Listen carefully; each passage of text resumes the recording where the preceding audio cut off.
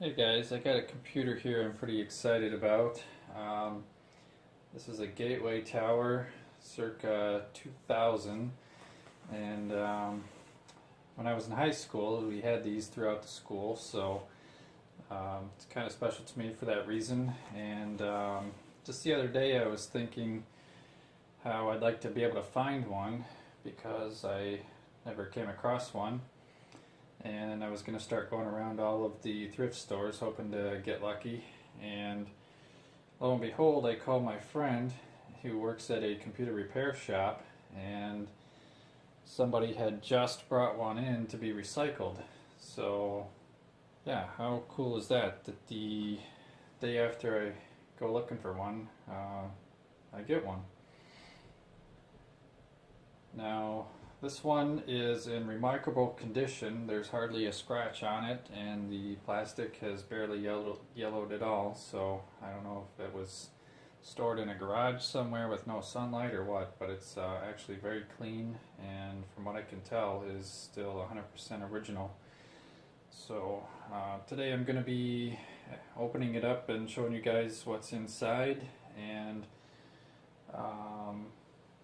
from there we're going to actually downgrade this to an older Gateway motherboard that looks to be pin compatible with the insides, and I'll explain why as I start tearing it down. So let's have a look.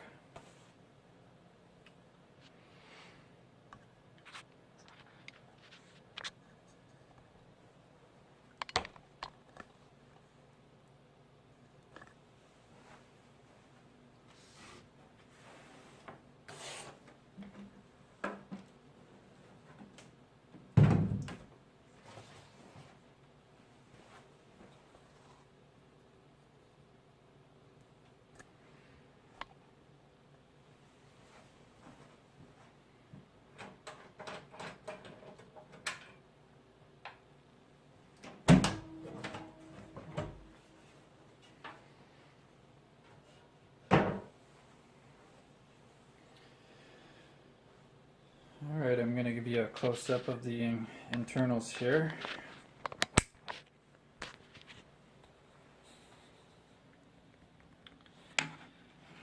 We've got an Athlon processor in this model. I don't know how much RAM is in it, I haven't looked, but if you look closely up here at the top, you can see those capacitors don't look too healthy. I have not even plugged this in yet or tried to turn it on, so it probably doesn't work. I'm assuming that's why they wanted to bring it in for recycling. And here we can see we've got a video card, sound card, Ethernet card, and the modem. As far as I can tell, these are all original, untouched. And we have a hard drive. I'm not sure if we can tell what size that is. Looks like a 20 gig. So I may end up using that hard drive once I put the new motherboard in.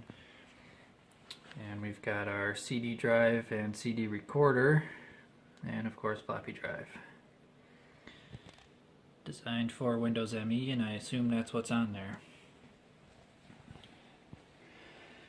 So, alright, I'm going to go ahead and start pulling the components out and prepare for the new motherboard.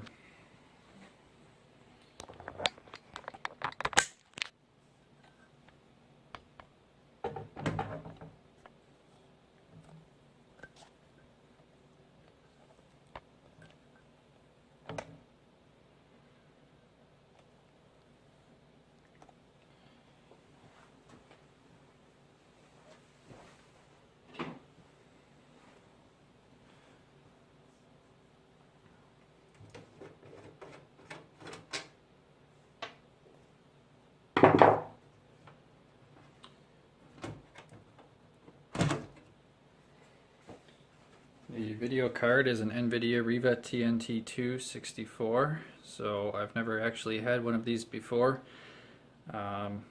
This computer is going to be used to run old DOS games, and from what I've read online, the NVIDIA cards are supposed to work quite well for those, so I'm excited to try that out.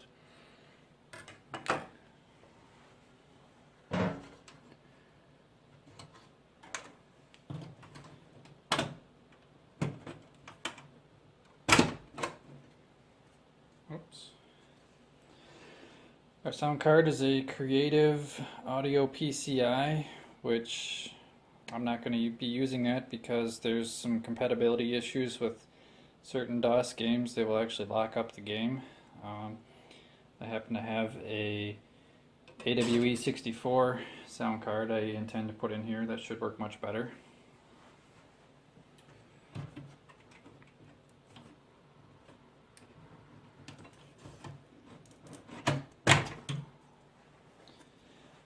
And our Ethernet card is a 3-COM EtherLink XL PCI, parallel tasking 2.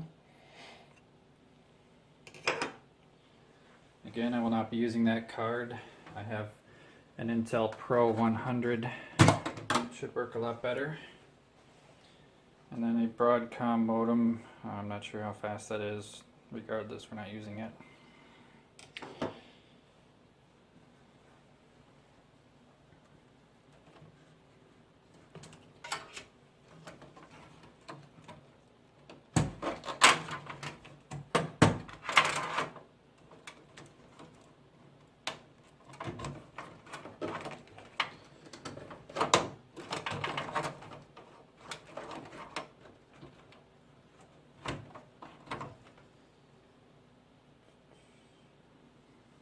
Came with 128 megabytes of memory, which that's a little bit too much for what I want to use it for. So I'm going to be downgrading to 64 megabytes in the other motherboard.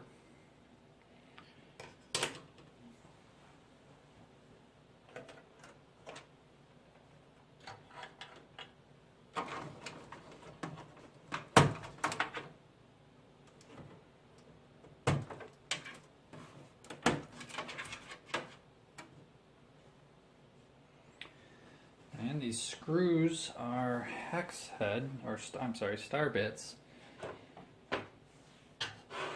So I have to break out a brand new toolkit I picked up yesterday. Let's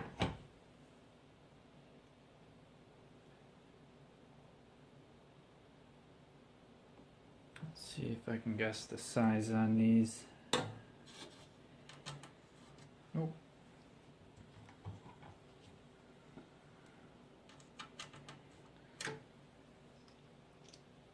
These are a T15 Torx.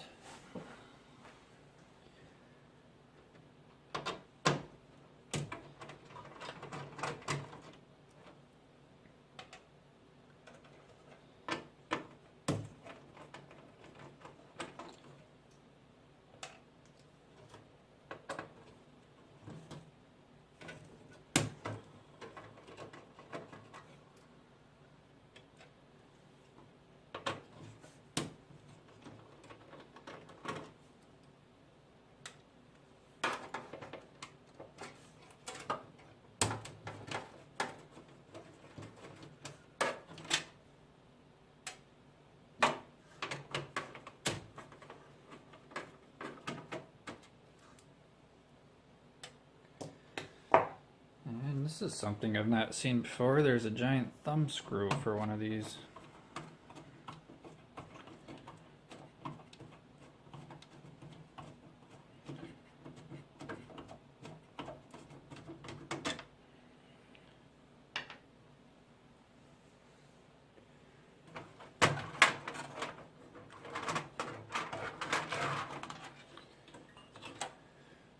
And there you have it.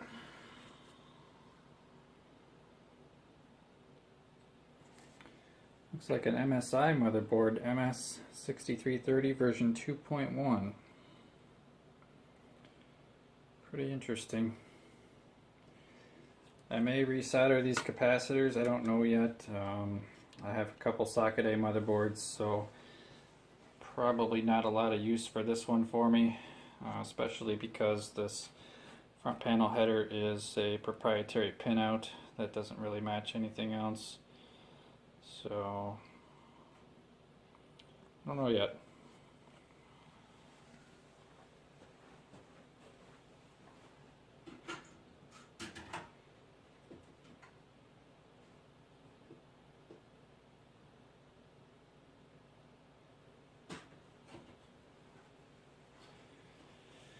Alright, here we have the new motherboard.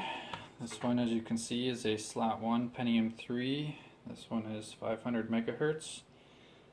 And this actually came from a Gateway Performance 500, which is quite fortunate because the front panel header, right here by my thumb, uses the exact same pinout of the board I just removed.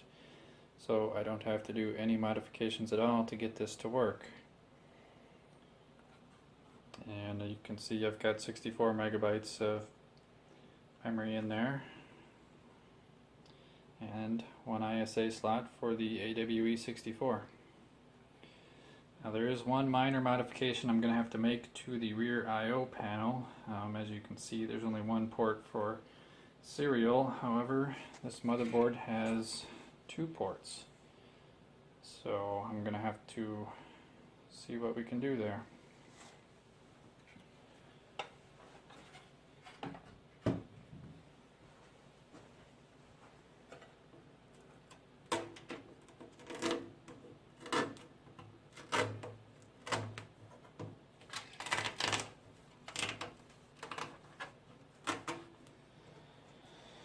Just get rid of that, probably don't really need it for anything.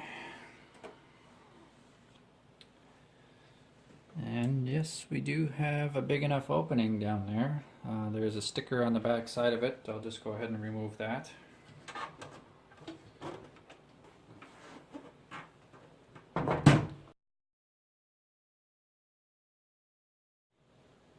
Alright guys, I'm back again after that phone call. So I was about to remove this sticker from the back. I think we all know what these ports do by this point, so I'm not too worried about keeping that there.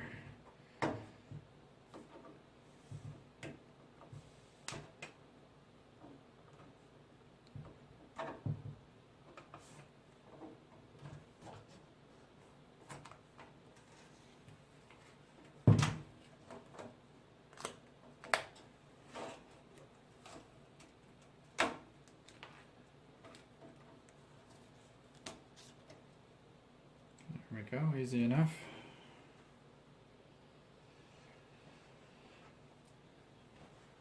Let's see if this motherboard fits.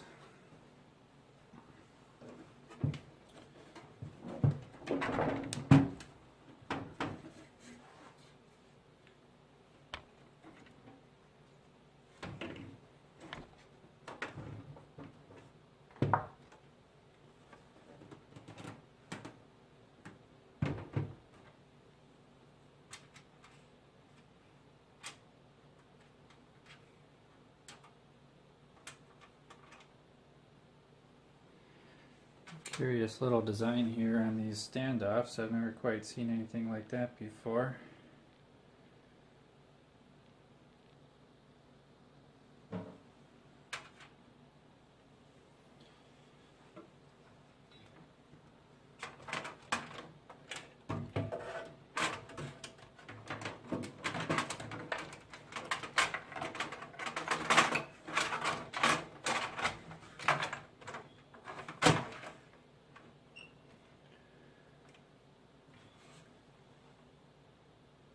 And there we go, it lines up perfectly. Now because these standoffs like to float around, it's going to be a bit of a challenge to get those screwed in, but I'm sure we can handle that.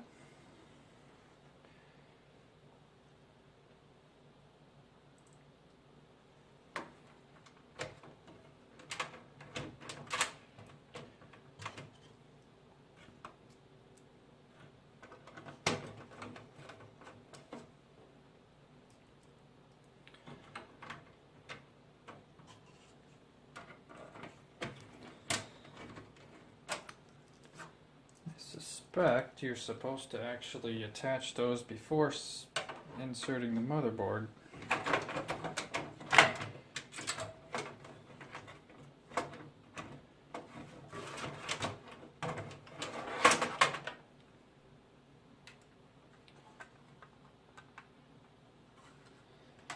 that's what we're going to do.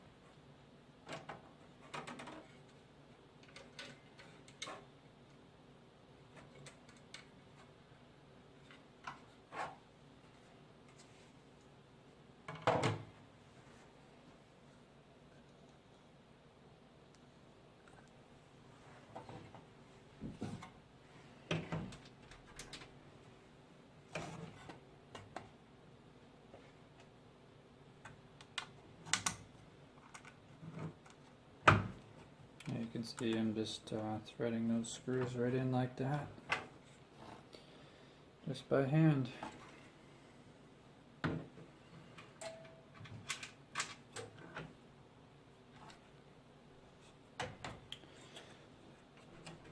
really like these older Gateway computers. The engineering that went into them was quite remarkable for the time.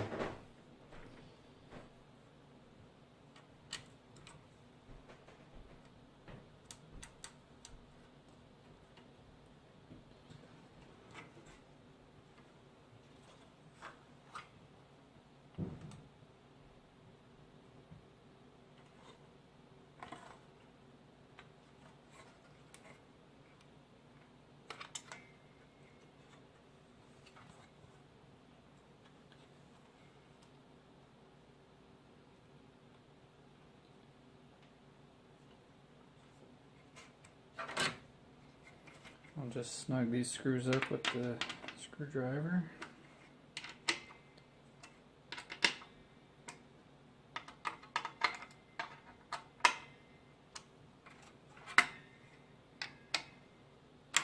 And I missed one.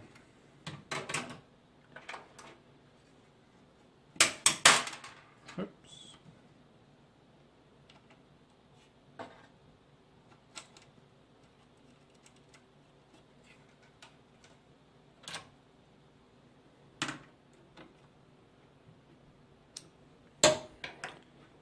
Alright, theoretically this is going to slide right in.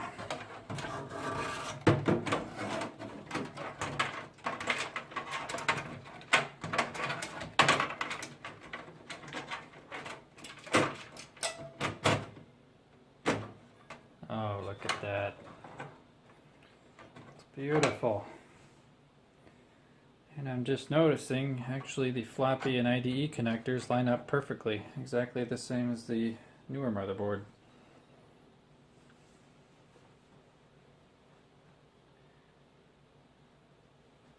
Then we have our thumb screw. That actually rubs on the IDE connector, but it does fit.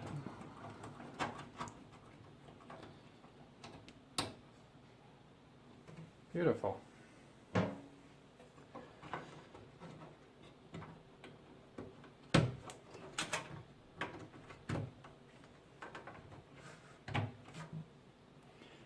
Then we have our front panel header.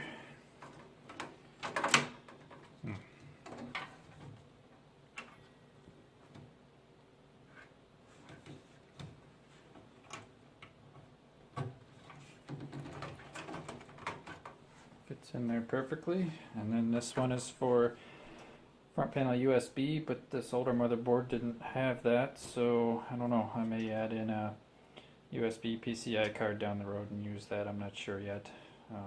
Not much need for that for DOS games anyway, so who cares? Alright, let's put a video card in here.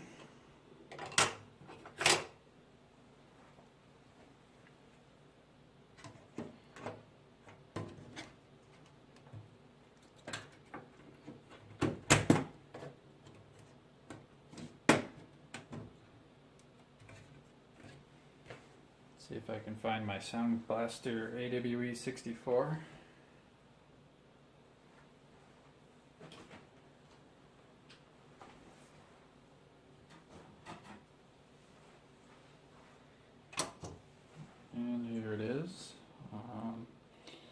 This one is the value, I believe. I have an AWE64 Gold somewhere, but it just happened to disappear, so I don't know. I'm still looking for that.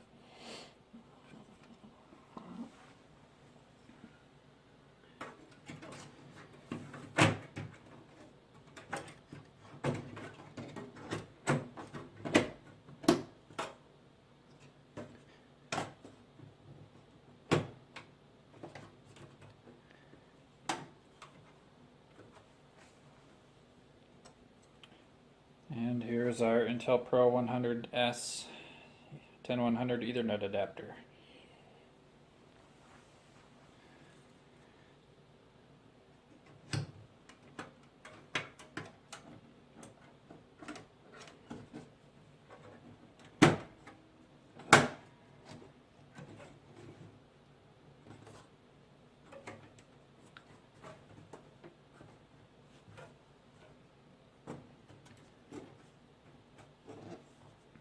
Okay, that's all the cards we're going to use for now.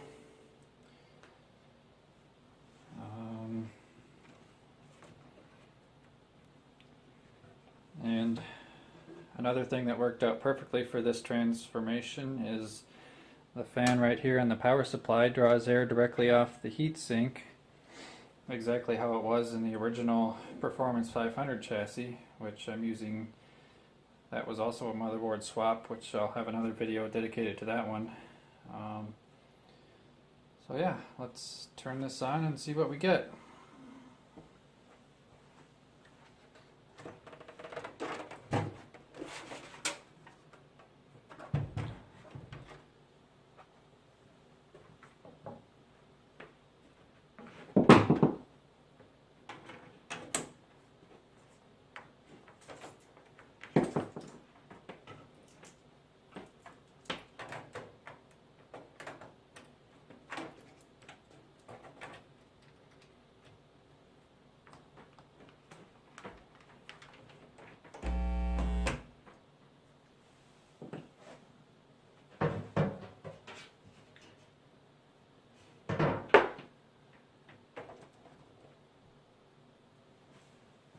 And we're going to attempt this with a USB wireless keyboard and mouse from Logitech.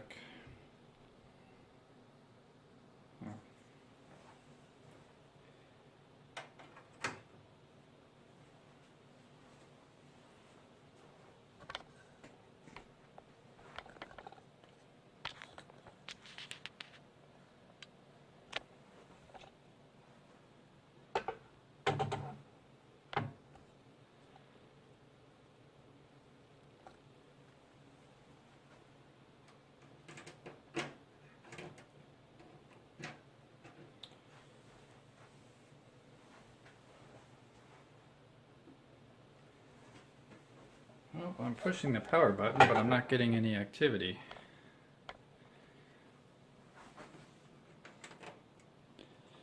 And it gets stuck.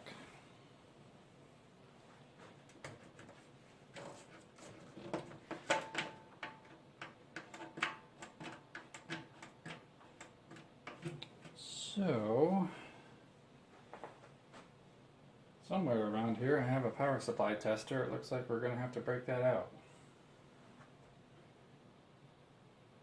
I will pause this video until I can find that. Alright, I'm back with the power supply tester. Let's see what we get.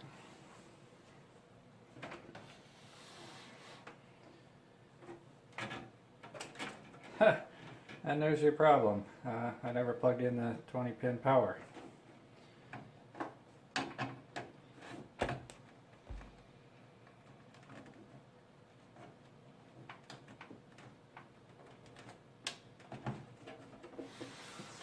Oh, geez, always something. Alright, I heard it spin up for a split second there, so I think the power supply is okay. Let's switch back over to the screen. Now, part of my instructions for obtaining this computer were to wipe the hard drive. I have no idea what's on here.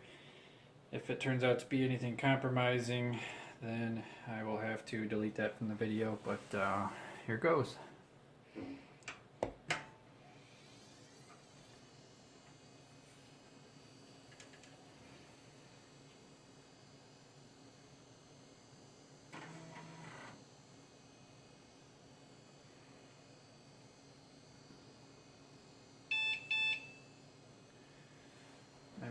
decreased in size, we know that.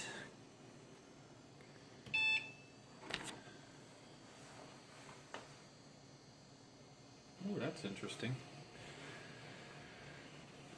Look at that, factory install of Windows ME 16 years later.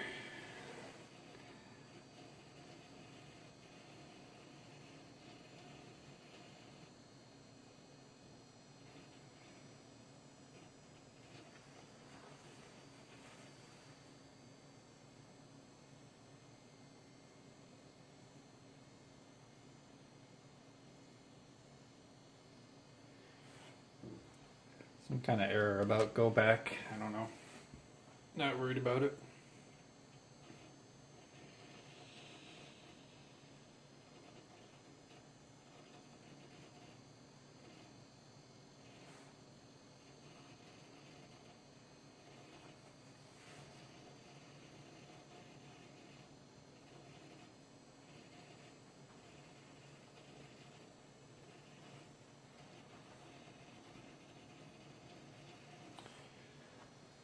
Well.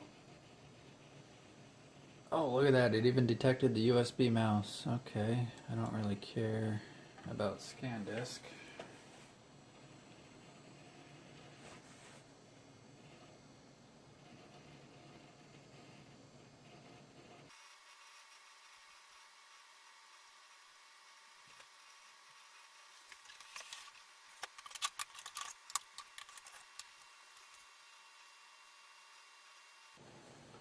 Later on in this video, you guys are gonna get to see how I wipe the data on this drive, and then I'm actually gonna reinstall Windows ME. I know it's a very problematic OS, but sounds like if you just turn off System Restore and File Protection, it seems to run pretty good. So I'm gonna try that and see how well that works.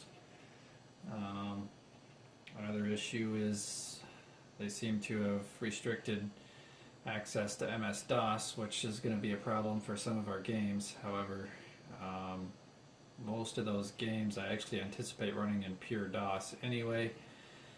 So again, I'm not too worried about that. I just need something on here to be able to copy files to and from the hard drive. And Windows ME should serve that purpose quite well.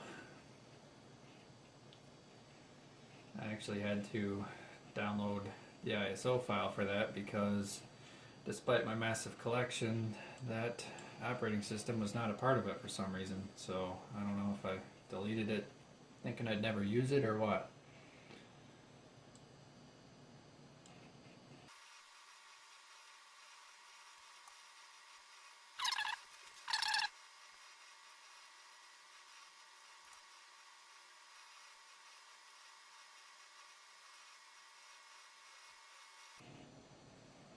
You can hear the hard drive really struggling to keep up right now.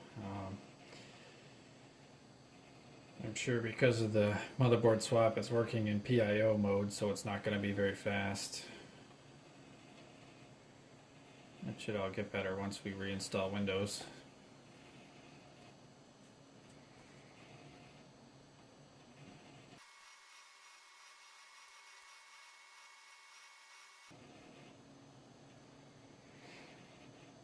And I was expecting to see a bunch of exclamations in here, and then we actually don't have any.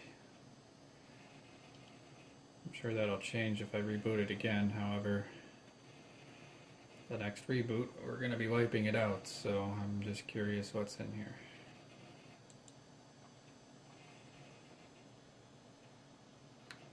And the mouse is jerking around because the computer is working hard. That's not me being stupid.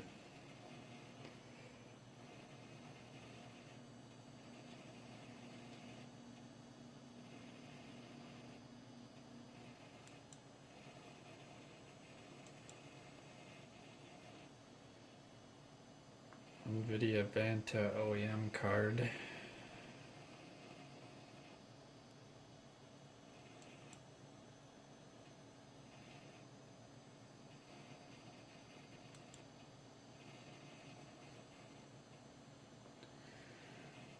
Alright, pretty cool.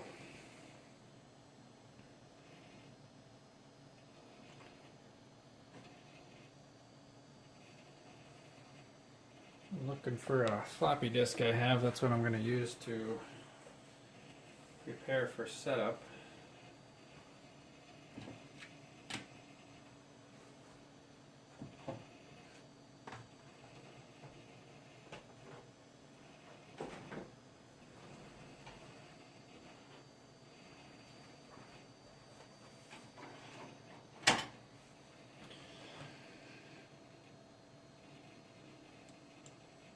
Alright, this is really dragging down, so we're just going to reboot here.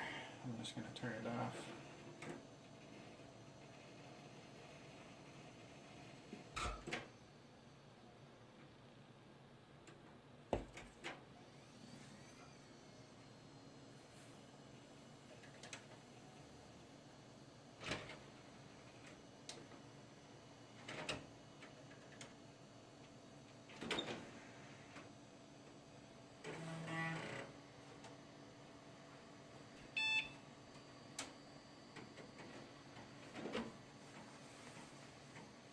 Sounds like the floppy drive still works. That's always good news.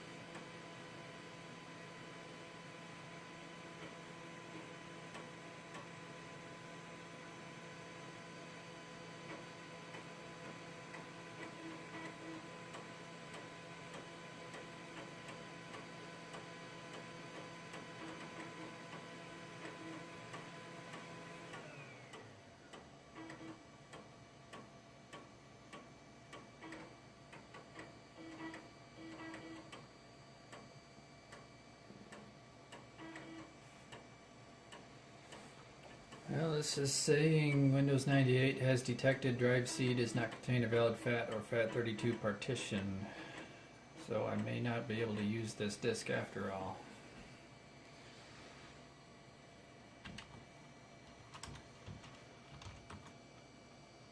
No, it did not detect the file system, so I'm gonna have to probably just pull the hard drive, and I will format this in FAT32 on my primary computer, and once that's done I will come back. Alright, the hard drive has been formatted FAT32, so now I'll show you what I do to install these older operating systems.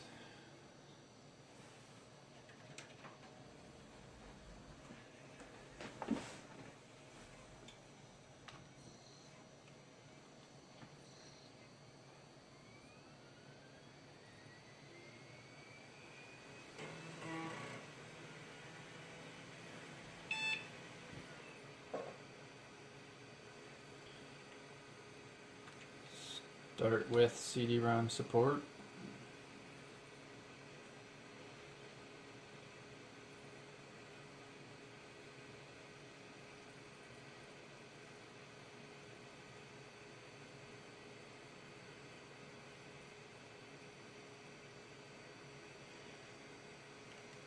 Alright, so C drive should show lots of free space. Yes, it does.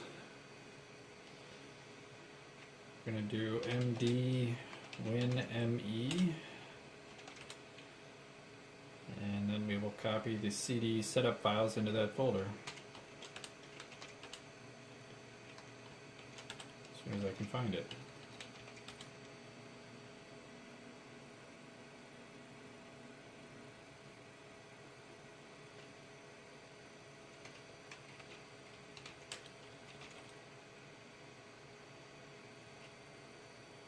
Looks like it, so copy star.star to C winme.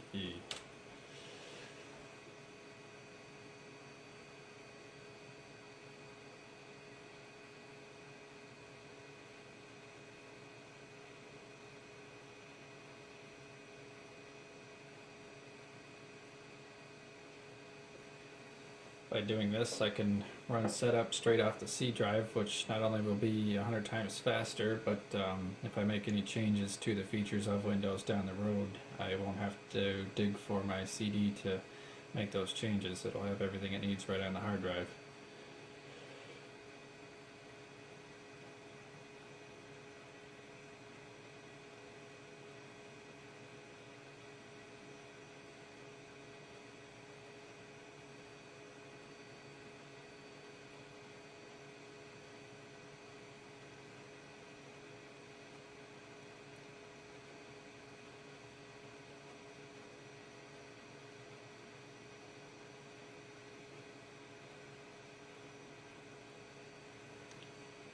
Okay, I also need to make the C drive bootable because we're going to start setup after booting off the C drive.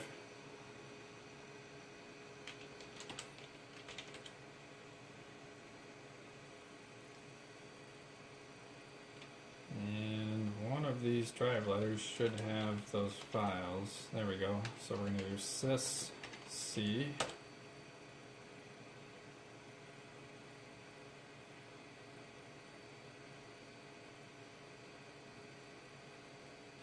Oh, that's new.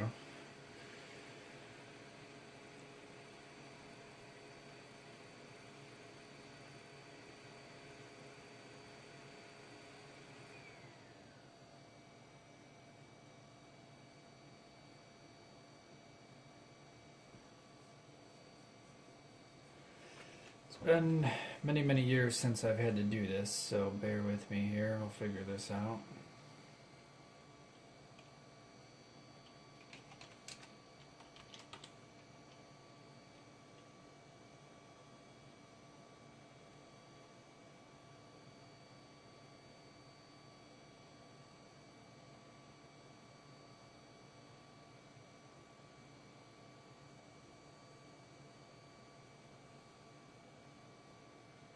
Okay, whatever. We're just going to start setup.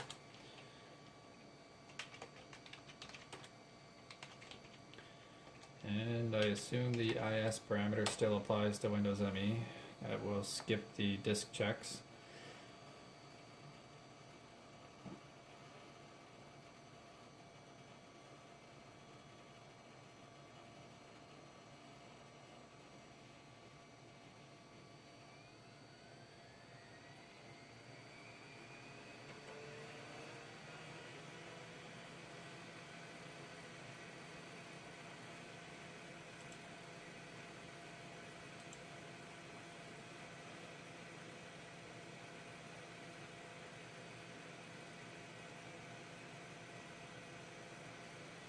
Pull that CD out so we don't have to listen to that the whole time.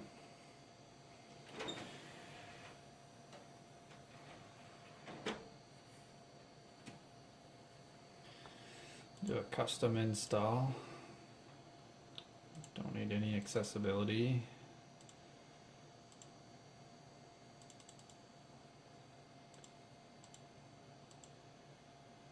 Don't need any of that. We're not communicating anything.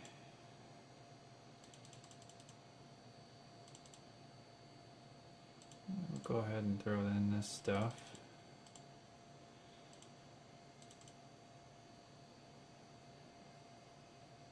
Not going to be compressing our hard drive. And just for fun, we'll throw those in.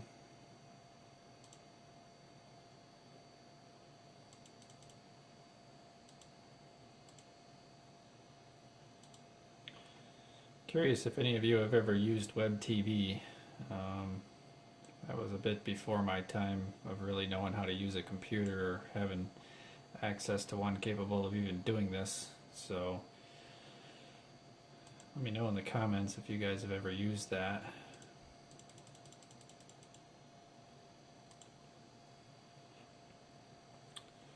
We're going to call this DOS box. My work group here is Zion.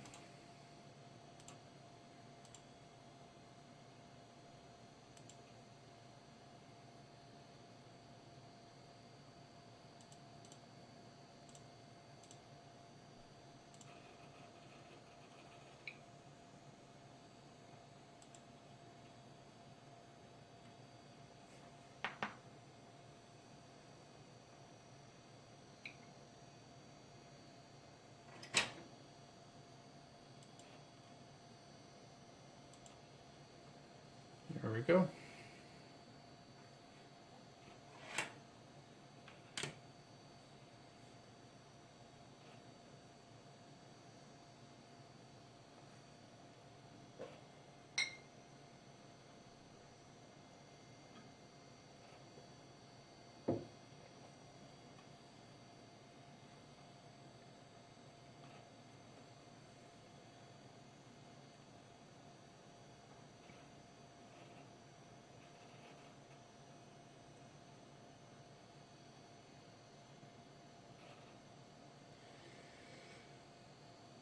I'll meet you guys when this is done. Alright, phase 1 of setup is complete.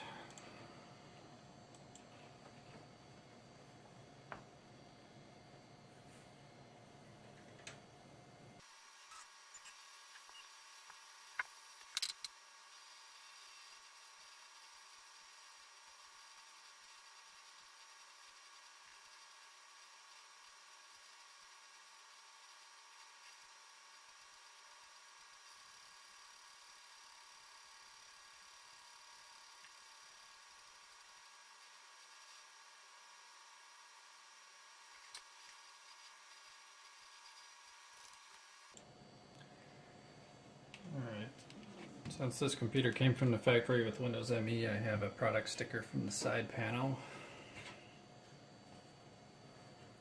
Don't really care if you guys copy this. Something tells me Microsoft really doesn't care.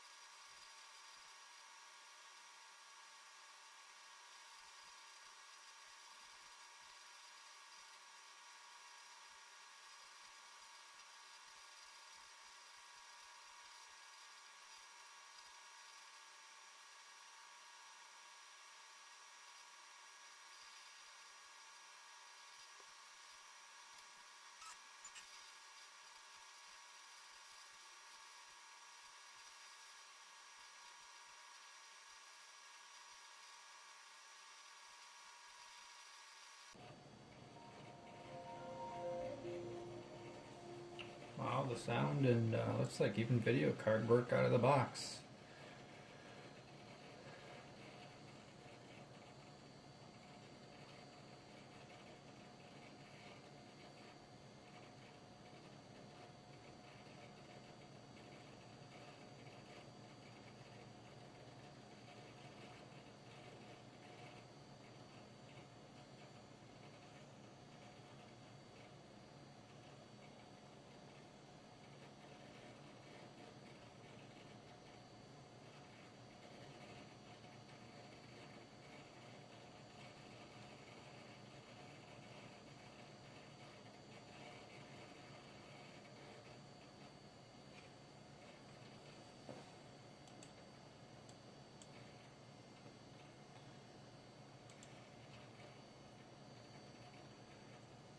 A couple warnings here.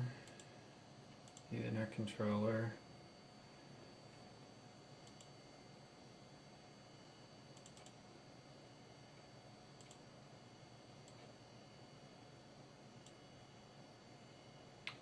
We got our sound card there. This is only a USB 1.1 motherboard.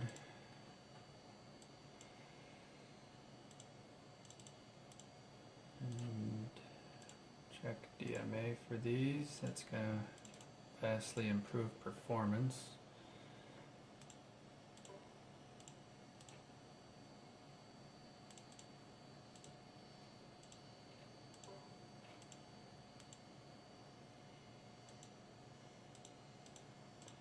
NVIDIA Vanta again.